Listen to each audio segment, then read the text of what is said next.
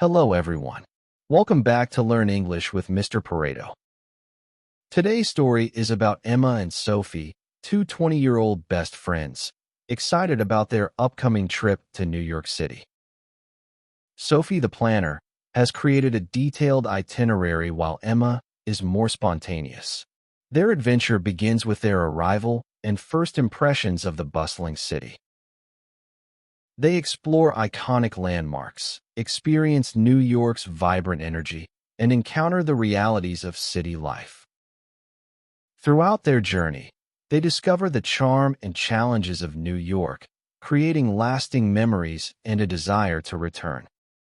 But what unexpected encounters and hidden secrets will they uncover along the way? This video will help you practice your listening skills and learn how to use a technique called shadowing. What is shadowing? You listen and then you repeat exactly what I say. It helps you sound more natural in English. Pay attention to my pronunciation, my rhythm, and even my intonation, the way my voice goes up and down, and do the same. It's a great method to improve your speaking and listening at the same time. First, just listen to the story. Then, go back and play it again. This time, pause the video after each sentence and repeat it out loud. Try to match my voice. Do this 2 or 3 times until it feels easier. And don't worry, you will see all the text on the screen while I speak. That way, you can read along and understand everything. Remember, you can watch, listen, repeat, and shadow as many times as you want. If you find this video helpful, please give it a thumbs up and share it with your friends. And don't forget to subscribe for more fun and useful English lessons. The more you practice, the more confident you will feel when speaking English. Let's get started. We go to New York. Emma, are you chomping at the bit impatiently? Sophie asked, her eyes sparkling with excitement. They were sprawled on Sophie's bed, travel magazines spread around them like colorful confetti. Emma, equally radiant with her blonde hair and infectious smile, looked up from a photo of Times Square. Are you kidding? I've been counting down the days. New York City, here we come. The two girls, both 20 and the best of friends since high school, had been dreaming of this trip for years. Sophie, with her fiery blonde hair and a penchant for planning, had meticulously crafted their itinerary. Emma, more laid-back and spontaneous, was just happy to go along for the ride. Okay, so we've got our flights booked, the hotel is all set, a cute little boutique place in the East Village, and I've even made a list of must-see attractions, Sophie declared, tapping a thick folder. Emma grinned. You're such an overachiever, Sophie. But that's why I love you. You always get the ball rolling. Sophie laughed. Someone has to. But seriously, this is going to be a whole new ballgame. We'll hit all the tourist hotspots, of course, but I also want to experience the real New York. You know, the hidden gems. I'm all in, Emma replied. As long as there's good food involved. And maybe a little shopping. Deal, Sophie said. And don't worry, I've already earmarked a few amazing restaurants. We're going to paint the town red. The flight was long, but their excitement kept them energized. As the plane descended over the city, the iconic skyline spread out before them, a breathtaking panorama of steel and glass. Wow, Emma breathed, pressing her face against the window. It's even more incredible than I imagined. I know, right? Sophie replied, her eyes wide with wonder. It's like something out of a movie. Stepping out of the airport, they were immediately swept up in the city's vibrant energy. Yellow taxis zipped past, the air buzzed with a cacophony of sounds, and people from all walks of life hurried along the crowded sidewalks. This is insane, Emma exclaimed, her senses overwhelmed. It's like Times Square is a melting pot. Sophie nodded, her gaze darting around. Totally, but in a good way. It's exhilarating. Their hotel was a charming, if slightly cramped, building with a quirky, artistic vibe. The lobby was adorned with colorful murals, and the staff was friendly and welcoming. "This place is right up our alley," Emma said, admiring the eclectic decor. "I knew you'd love it," Sophie said, beaming. "Now, let's drop off our bags and hit the streets. We've got a city to explore." Over the next few days, Sophie and Emma threw themselves headfirst into the New York experience. They visited the Empire State Building, strolled through Central Park, saw a Broadway show, and navigated the bustling streets of Chinatown. One afternoon, while wandering through Greenwich Village, they stumbled upon a cozy little bookstore. "This place is adorable," Emma said, her eyes scanning the shelves. "I could spend hours here." As Emma browsed, Sophie struck up a conversation with the owner, a friendly woman with a warm smile. "So, you girls are visiting from out of town?" the owner asked. "Yeah, we're from California," Sophie replied. "We're having a blast.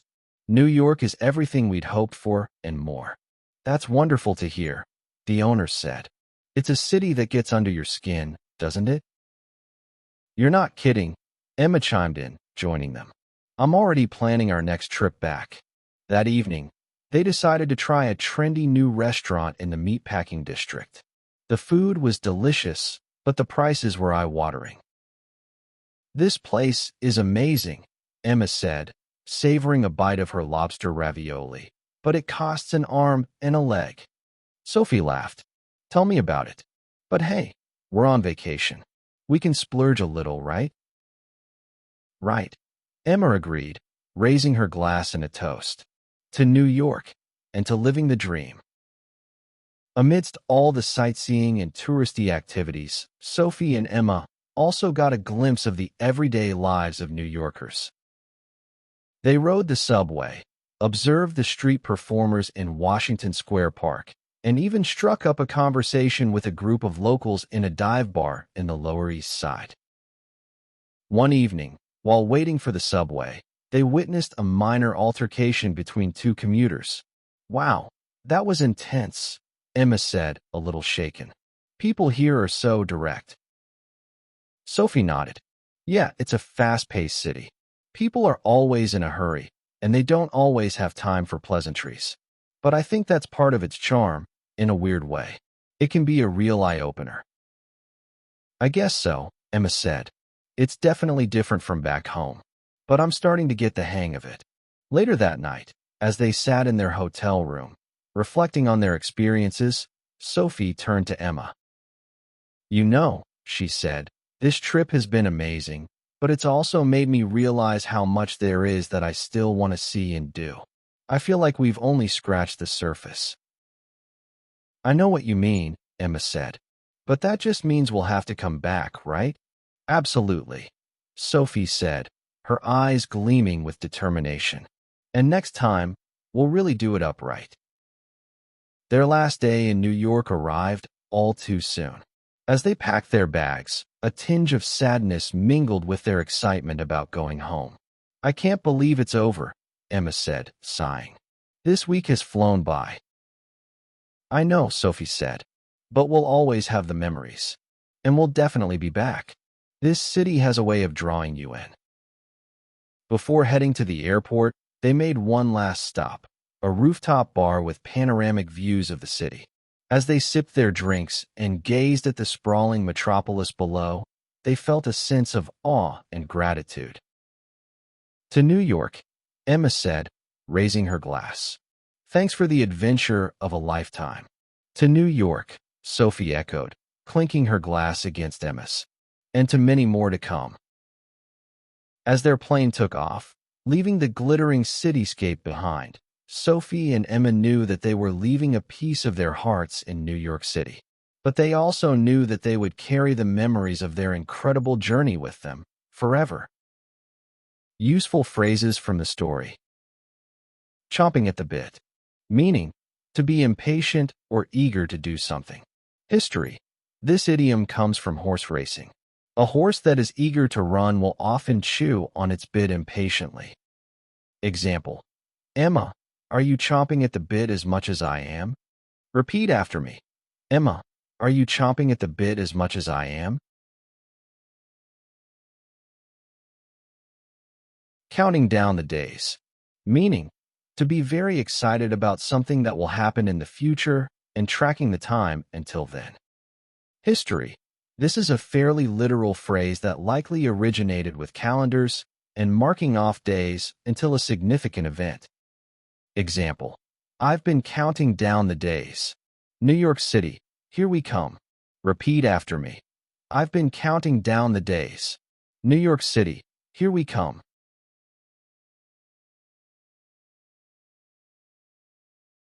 Get the ball rolling. Meaning, to start something, to make something begin to happen. History. This idiom is thought to come from games like bowling or cricket, where rolling a ball starts the action. Example. You always get the ball rolling. Repeat after me. You always get the ball rolling. Paint the town red. Meaning, to go out and celebrate in a lively and often wild way. History. The exact origins are debated, but one theory suggests it comes from a 19th century incident in Melton Mowbray, England, where a group of people painted a town's buildings red during a raucous celebration. Example. We're going to paint the town red. Repeat after me. We're going to paint the town red. Melting pot. Meaning, a place where people from different cultures, ideas, or styles blend together. History. This term gained popularity in the early 20th century, particularly in the United States, to describe the assimilation of immigrants from various countries. It was popularized by a play of the same name in 1908. Example. It's like Times Square is a melting pot. Repeat after me. It's like Times Square is a melting pot.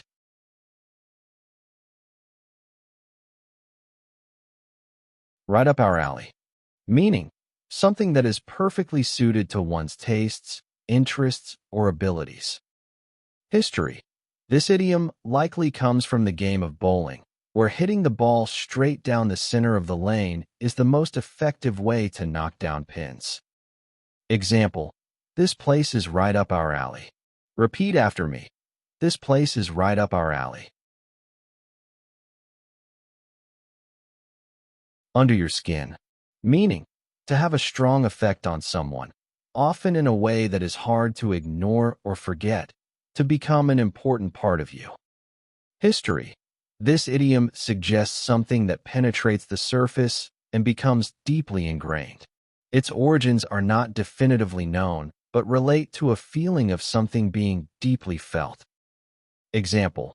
It's a city that gets under your skin, doesn't it? Repeat after me. It's a city that gets under your skin, doesn't it? Costs an arm and a leg. Meaning, very expensive. History. This idiom likely originated from situations where losing a limb was a very high price to pay, suggesting that something is extremely costly. Example. This place is amazing, but it costs an arm and a leg. Repeat after me.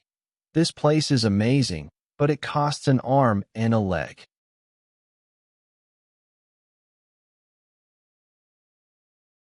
Get the hang of it. Meaning, to begin to understand how to do something. History. The origin of this idiom is uncertain, but hang may refer to the way one holds or manipulates something. Example. I'm starting to get the hang of it. Repeat after me. I'm starting to get the hang of it. Really do it upright. Meaning, to do something in a very good, thorough, or impressive way. History. This phrase is a more emphatic way of saying do it right, with up adding intensity to the action. Example. Next time, we'll really do it upright. Repeat after me. Next time, we'll really do it upright. Drawing you in. Meaning, attracting you, making you want to go there or be involved. History. This is a metaphorical use of the verb draw, suggesting a magnetic or compelling force. Example: this city has a way of drawing you in. Repeat after me. This city has a way of drawing you in. A dime a dozen, meaning very common and inexpensive, easily found. History: dimes were once a very common and low-value coin in the United States, making this a fitting comparison for something plentiful and cheap. Example: good coffee shops in this neighborhood are a dime a dozen. Repeat after me. Good coffee shops in this neighborhood are a dime a dozen.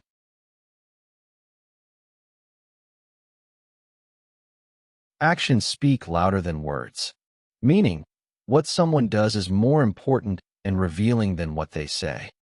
History: this proverb has been around for centuries in various forms, emphasizing the importance of deeds over mere promises. Example: he always promises to help, but actions speak louder than words. He never actually does. Repeat after me. He always promises to help, but actions speak louder than words. He never actually does.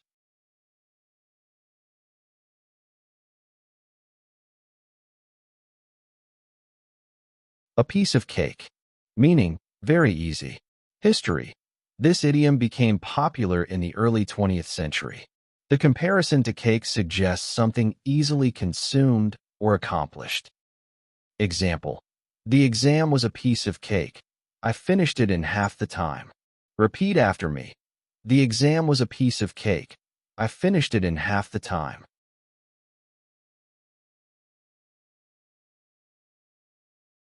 Add insult to injury, meaning to make a bad situation even worse.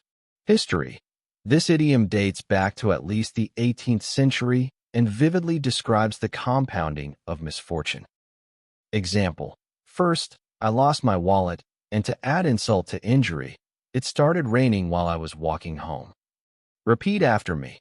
First, I lost my wallet, and to add insult to injury, it started raining while I was walking home.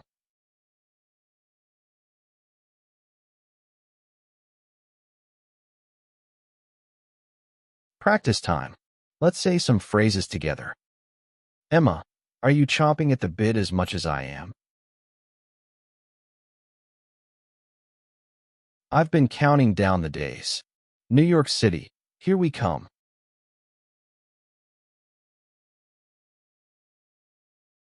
You always get the ball rolling. We're going to paint the town red. It's like Times Square is a melting pot. This place is right up our alley. It's a city that gets under your skin, doesn't it? This place is amazing, but it costs an arm and a leg.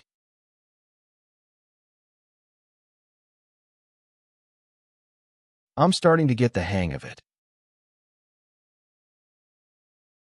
Next time, we'll really do it upright. This city has a way of drawing you in. Good coffee shops in this neighborhood are a dime a dozen.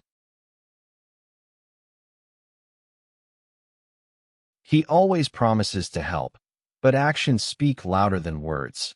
He never actually does.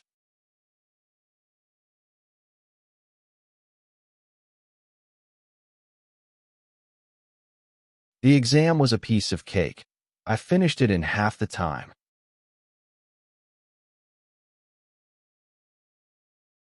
First, I lost my wallet, and to add insult to injury, it started raining while I was walking home.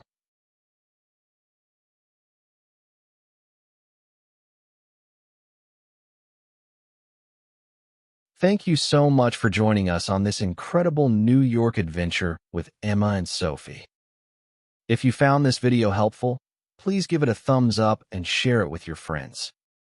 And don't forget to subscribe for more fun and useful English lessons. You can revisit their journey as many times as you like to practice your pronunciation, rhythm, and confidence. And remember, exploring new cities, embracing new experiences, or simply planning your next big trip takes patience, an open mind, and a good sense of humor. Unexpected moments are part of the journey. You are growing and learning every single day, just like Emma and Sophie did in the Big Apple. Keep exploring, keep smiling, and keep believing in yourself. You are doing better than you think. See you next time.